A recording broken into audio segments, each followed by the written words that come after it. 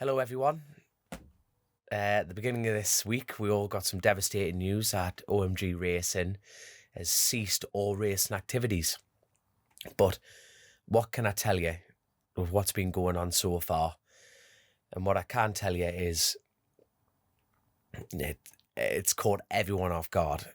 And I can honestly say the most devastated man about all of this is Alan Garner. And I must tell you that people are making up stories. People are coming to conclusions, which is very, very easy in these situations.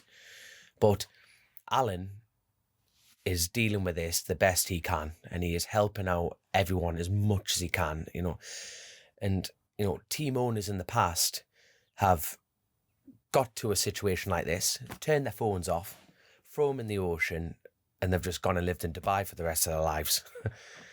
Alan isn't.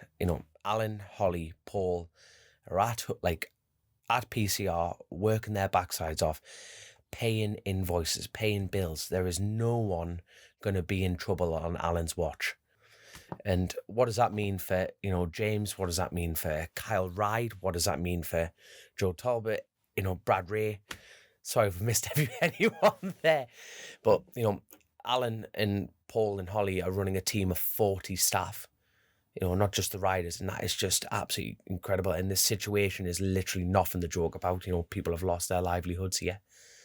But Alan is being dropped in the shit.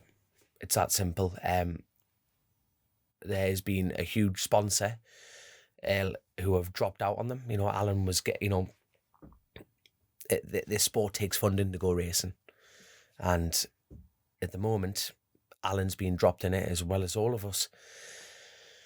But I don't know much more than that.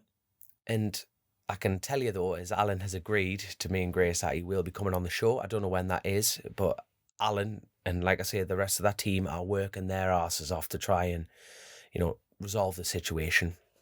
But where does that leave me and James? Because obviously, me and James Hillier are WTF riders. We're just the roads element. The man sport. The big event, the big event. But obviously, James is trying to get a ride, and I'm no different. We're trying to get everything lined up at the moment. But the best way to describe this situation, and obviously it's a situation I've never been in, and which is bizarre because Alan's asked me to race for him. That was my dream of becoming a professional motorcycle racer. And up to April the 1st, which is a mental day, I was doing everything.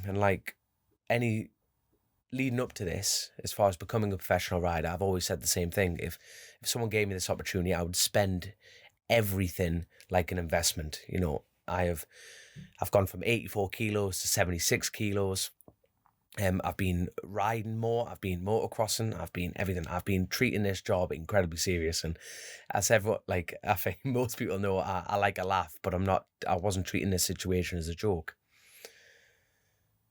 But now, the situation's changed. But that means we're not giving up.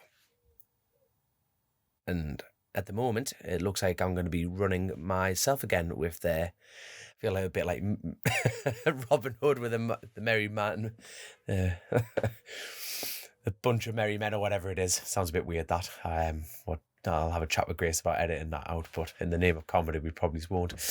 But anyway, we are going to go to the TT, and everyone, I've had some amazing messages, as well as everyone else in the teams,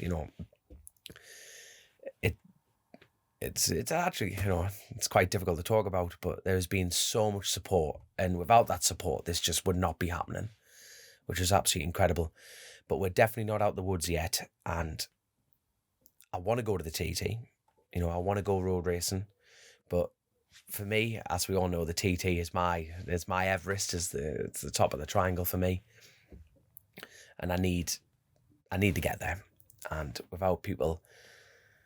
without support, I just simply won't. Obviously, there's huge opportunities, if I'm going to end up running my own bikes again, there's opportunities for sponsorship, big and small. There's obviously the Bomb Squad. But please have a look on my social media pages. Obviously, we'll put it out on Chasing the Racing for the Bomb Squad that's been run for a few years now, which is constantly feeding updates and a lot more behind the scene situation. And obviously, I know how difficult the situation as far as the country's concerned, you know, and how hard it is to earn a living. You know, I'll be back in the woods in no time, but there's a lot to get sorted, and I'm gonna set up a crowdfunding now. At the moment, me and Grace, God love her, because I've dragged her into this horrible little nightmare. Because believe it or not, the Rouse family have been in this similar situation before with Chrissy at Mass and Bird Monday, and you know, look what he did. I'm not going to say I'm going to replicate that, but by God, I'm going to try.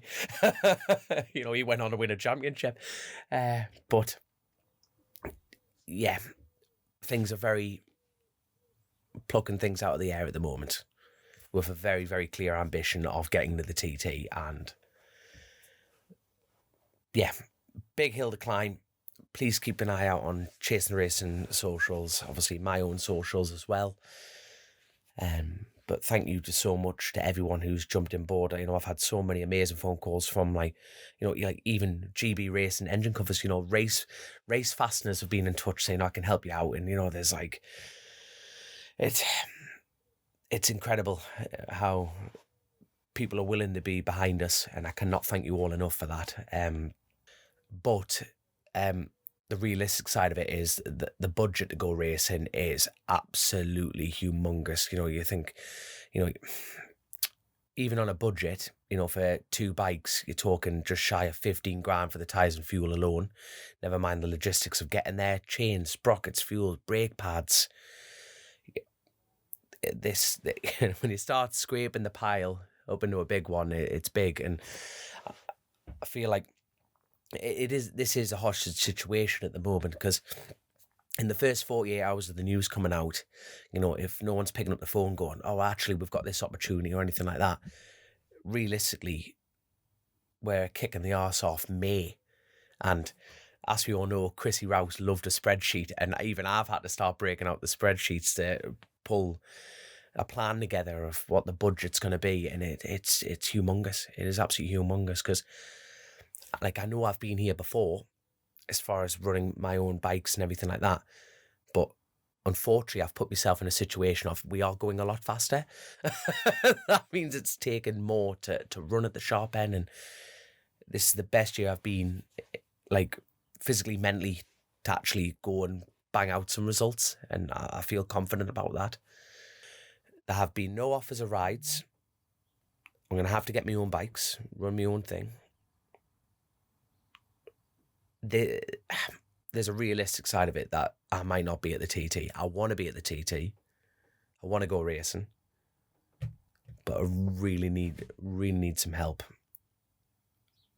And, you know, I'm not the only person like that in the paddock. I know that. You know, this racing is the greatest sport in the world. It is the greatest sport in the world. No question about it. It's getting harder. It's getting harder. It doesn't make it any less great. And we all love it. But lots to be done. Lots to be done. And yeah, the journey's not over. It's, we've got, the destination feels a lot further away.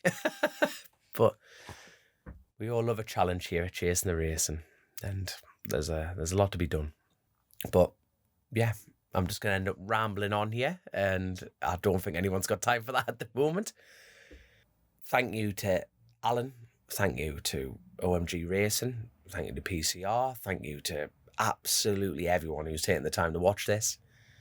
And if you win the lottery tonight, or whenever you're watching this, don't forget little on me. So happy days. Speak to you soon, guys. Cheers.